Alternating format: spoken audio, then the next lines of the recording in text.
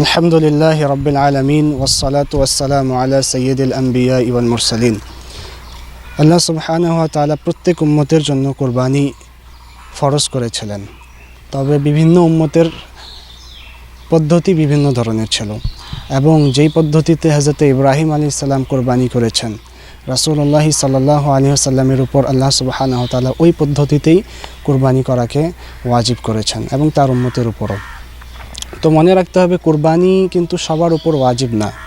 কুরবানি ওয়াজিব হওয়ার জন্য কয়েকটি শর্ত আছে। যেমন, যেই ব্যক্তি কুরবানি করবে তাকে মুসলমান হতে হবে, আকেল হতে হবে অর্থাৎ বিবেকবান হতে হবে, বালেগ হতে হবে অর্থাৎ প্রাপ্তবয়স্ক হতে হবে, আজাদ হতে হবে অর্থাৎ স্বাধীন হতে হবে এবং সাহেবে ইস্তেতাআত অর্থাৎ সাহেবে নিসাব হতে হবে। অর্থাৎ তার কাছে যদি 7.5 তোলা সোনা বা 52.5 তোলা রূপা বা এই সমতুল্য সম্পদ তার হাজাতে আসলিয়া অর্থাৎ প্রয়োজনীয় জিনিসপত্রকে বাদ দিয়ে যদি থাকে, তার কাছে গচ্ছিত ব্যাংকে আছে বা এই সমতুল্য সম্পদ তার কাছে এক্সট্রা আছে, বা মনে করেন যে তার কাছে 4টি ফোন আছে, 4টি ফোনের মধ্যে 2টি ফোন সে ব্যবহার করছে এবং 2টি ফোন তার কাছে এক্সট্রা আছে যেটা সে ব্যবহার করছে না, এবং ওই 2টি ফোনের দাম 52.5 তোলা রূপার সমতুল্য বা তার চেয়ে বেশি, তাহলে তার উপর কুরবানি ওয়াজিব হবে।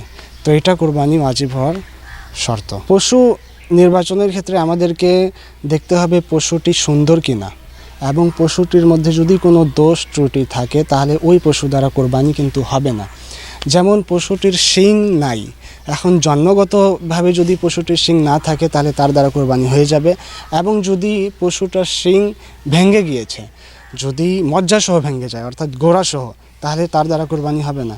এবং যদি গোড়াসহ ভাঙেনি, অর্ধেক ভাঙছে বা তার একটু কম ভাঙছে, তাহলে ওই পশু দ্বারা কোরবানি হয়ে যাবে। ঠিক একইভাবে কান কাটা, এখন কান কতটুকু কাটা, সামান্য অল্প কাটা, তাহলে তার দ্বারা কোরবানি হবে। কিন্তু 3 ভাগের 1 ভাগ বা এর চেয়ে বেশি কাটা, তাহলে ওই পশু দ্বারা কোরবানি হবে না। ঠিক একইভাবে যদি লেজ কাটা হয়, তাহলে দেখতে হবে যে পশুর যদি 1/3 চেয়ে কম যদি লেজ কাটা থাকে তাহলে কোরবানি হয়ে যাবে, এর চেয়ে বেশি কাটা থাকলে কোরবানি হবে না। সুদ, ঘুষ এবং হারামির টাকায় কোরবানি হবে না, এবং শরীয়তের মাসলা এই বিষয়ে এত কঠোর যে যদি কোনো ব্যক্তি সুদের বা ঘুষের টাকা দিয়ে কোরবানি করে এবং ওই কোরবানি দ্বারা সে যদি সওয়াবের নিয়ত করে, তাহলে সে আরও বেশি গুনাহগার হবে।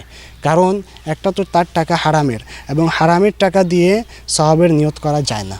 ঠিক একইভাবে কেউ যদি মসজিদে সুদের টাকা সওয়াবের নিয়তে দান করতে চায়, তাহলে সে আরও বেশি গুনাহগার হবে, সওয়াব তো পাবে না, আরও বেশি। দেখেন, কোরবানির পশুর মাথা হোক, চামড়া হোক, গোস্ত হোক, যে জবাই করতেছে তাকে পারিশ্রমিক হিসাবে আপনি দিতে পারেন না, পারিশ্রমিক হিসাবে দেওয়া যাবে না। এমনি হাদিয়া তোহফা হিসাবে যদি আপনি তাকে দিতে চান তাহলে দিতে পারেন। কুরবানির মাংস সুন্নত হচ্ছে 3 ভাগে সেটাকে বিভক্ত করা। 1 ভাগ নিজের জন্য রাখবে, 1 ভাগ আত্মীয় স্বজনের জন্য এবং 1 ভাগ গরিব মিসকিনদের জন্য। এর মধ্যে অনেক সময় দেখা যায় যে অনেকের ফ্যামিলি খুব বড় হয়, যে সে যদি 3 ভাগ করে 1 ভাগ নিজের জন্য রাখে, তাহলে তার নিজের ফ্যামিলি ভালো মতো খাইতে পারবে না। এই ক্ষেত্রে শরীয়ত ছাড় দিছে, সে যদি চায় তো 2 ভাগ, বা তার ফ্যামিলি যদি আরও বড় হয় তো 3 ভাগই নিজেই রাখতে পারে। এটা শরীয়ত এখানে ছাড় দিছে, এটা জায়েজ।